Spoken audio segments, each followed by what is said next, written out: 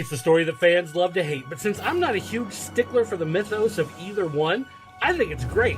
It's super over-the-top fun, it's got that Saturday morning goodness, it has that same type of feeling that if you were to take your toys and just smash them together and make a giant battle, you might actually come up with this same storyline. It's goofy, it's stupid, but it's really a lot of fun. I like this book a lot.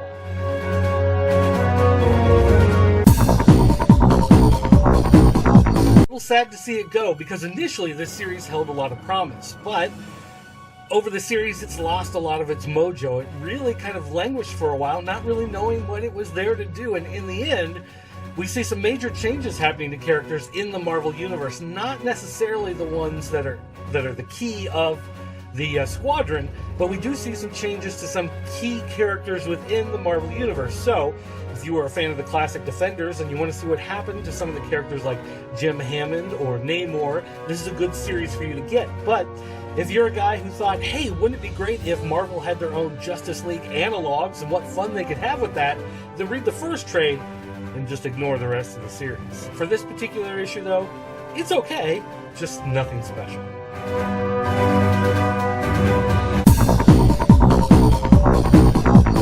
As the next part of the crossover, I think it does a good job of continuing the story. There are a few problems with this particular issue, though. One is that I'm not a regular reader of Spider-Gwen. Therefore, some of the stuff they were talking about confused me, and you would think that this would be an opportunity for a writer to pull in new readers who maybe don't normally check out the book and present them with a story that would make them want to stick around and continue to read the title.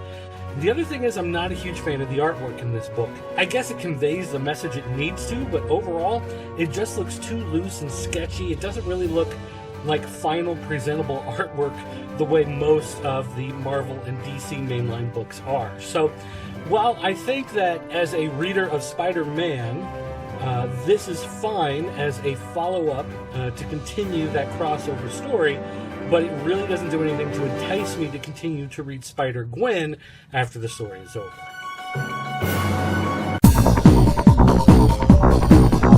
Okay, look, I get it. You can't have everyone be the good guy. And in a story like this, the guy who comes along and says he's going to save everybody and fix everything, eventually he's going to go crazy and end up causing everything to come crashing down. I understand that. The problem is, it just kind of flips on a dime in this issue. Everything seems to be going along fine. People are figuring out how things work. They're going to cure everybody, and all the clones are going to be safe, and then suddenly, everybody's dying. It's kind of like, when you watch View to a Kill, and you see Christopher Walken just pull out the machine gun and start gunning everybody down and start laughing for absolutely no reason. It feels like that same type of thing. It comes out of nowhere. The story just doesn't hold up that well. The artwork is pretty nice, though. So overall, it's a pretty decent package, but don't expect a good explanation as to why things are happening.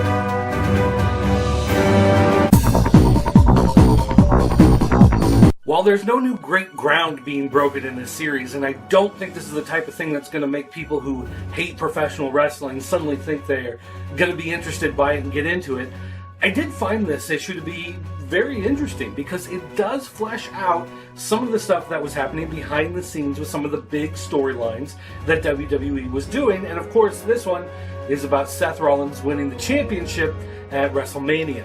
So it is kind of old in a sense that it's going back to an older storyline. So fans right now of WWE, younger kids, you might want to get the comic for, they're not really going to get anything out of it. But longtime fans who've been following WWE for a long time, I think you're going to find something to like here.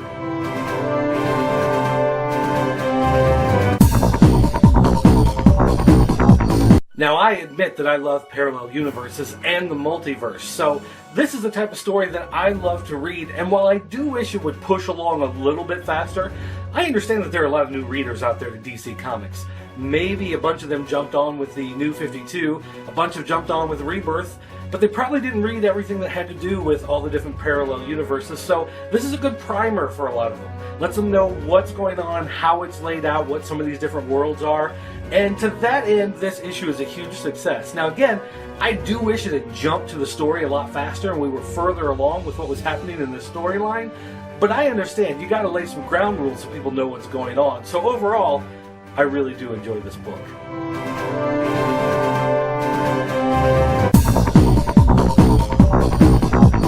Getting the band back together, so to speak, of rebuilding the creative team of Sheriff of Babylon on this book just isn't as good as I hoped it would be.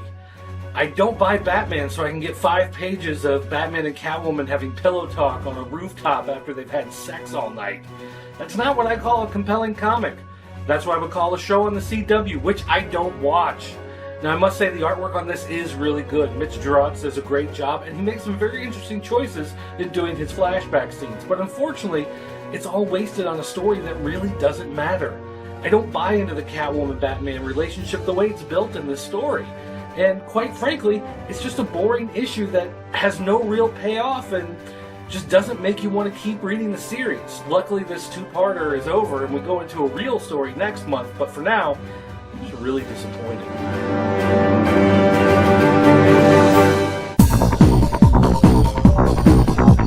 With every new issue, this story just seems to up the ante. This is the big crossover event that would normally take months to come out, and instead we've gotten it in a matter of weeks.